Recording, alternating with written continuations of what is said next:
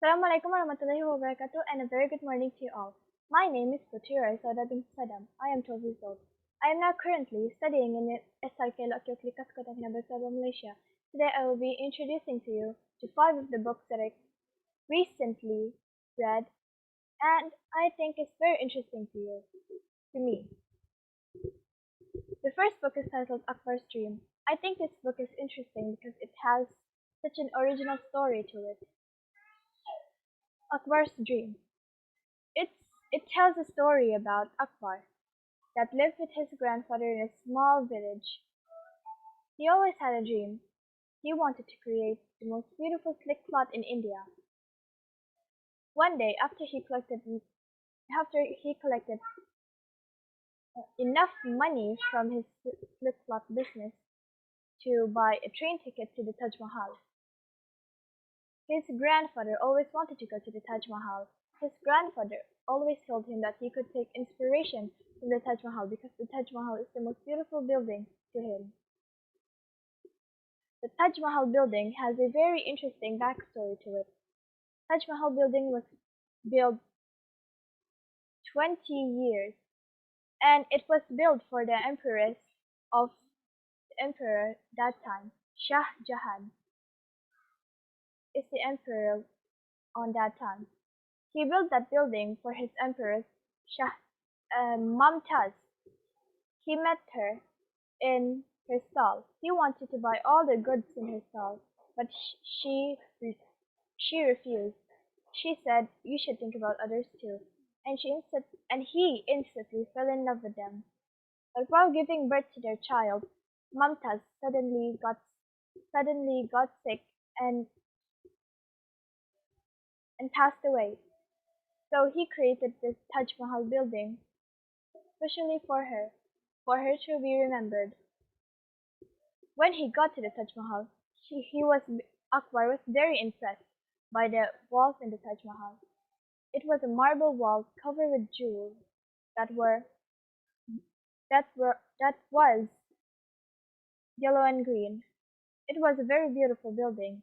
He started to sketch all of his designs for the most beautiful silk cloth in the whole world, in the whole India. When his grandfather asked him to go inside, there were two tombs. One belonged to the emperor and one belonged to the emperor. There were patterns in the tombs. Akbar's grandfather asked Akbar if he wanted to copy the patterns from the tombs. Akbar said no, he wanted to create his own beautiful slip cloth of his original way. And after they got home, they went to they went to Uncle Umar's stall. Uncle Umar didn't want money from them because they were buying colored yarn. Uncle Umar didn't Uncle Umar didn't want the money. He just wanted to see the finished product of Akbar's silk cloth.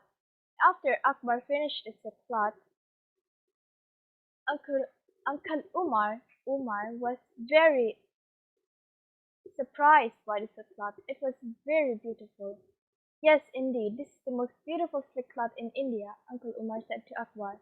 Akbar then told Uncle Umar, "You think this could make me famous like the Taj Mahal and the Emperor Taj, the Emperor in that time that built Taj Mahal?" He said, "Yes, you will surely be remembered."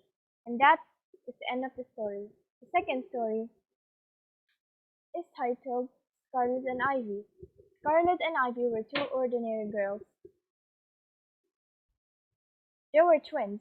One day, they were sent in the girls' high school, which is called Rockwood. It was their second year.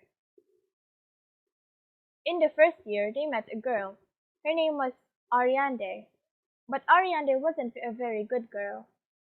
She treated them badly and even accused one of their friends so the friends would get expelled.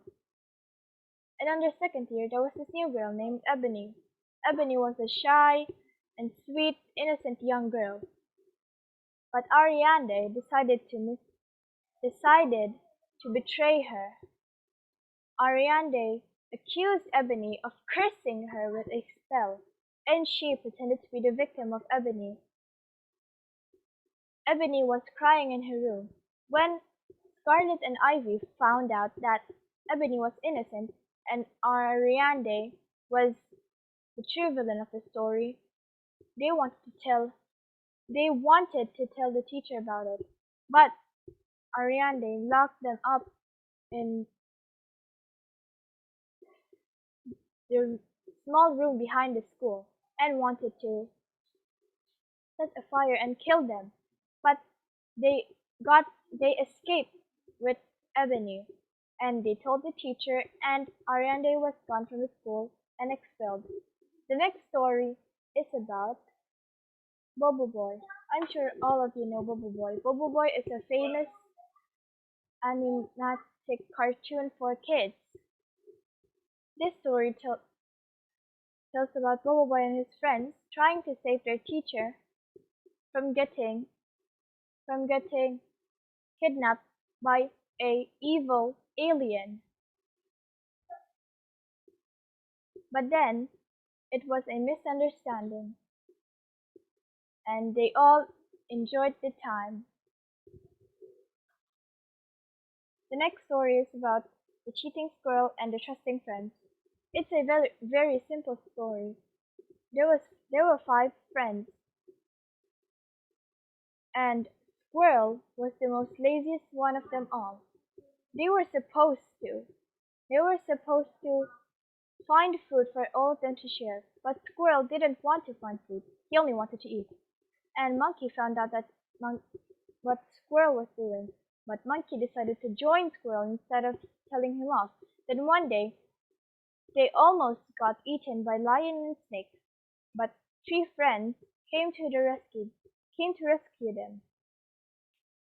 And now they're being sorry, and now they're sorry for being lazy, and they will find food for each of them to share, and will not be lazy again.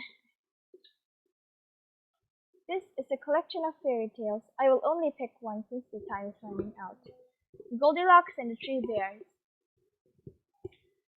As you all know, Goldilocks was a normal blonde girl that tried to eat all three of the porridge but was too hot, too cold, and just right.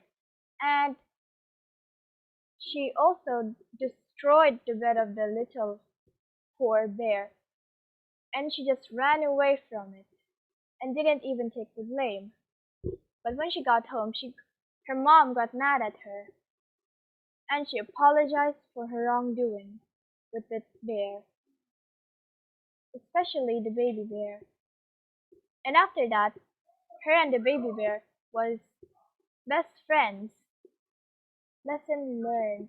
The lesson of the story is to not take other people's stuff without their permission, cause you'll regret it. And that's all from me, Putri Huraiyah Saudah. Thank you for your time. Assalamualaikum warahmatullahi wabarakatuh.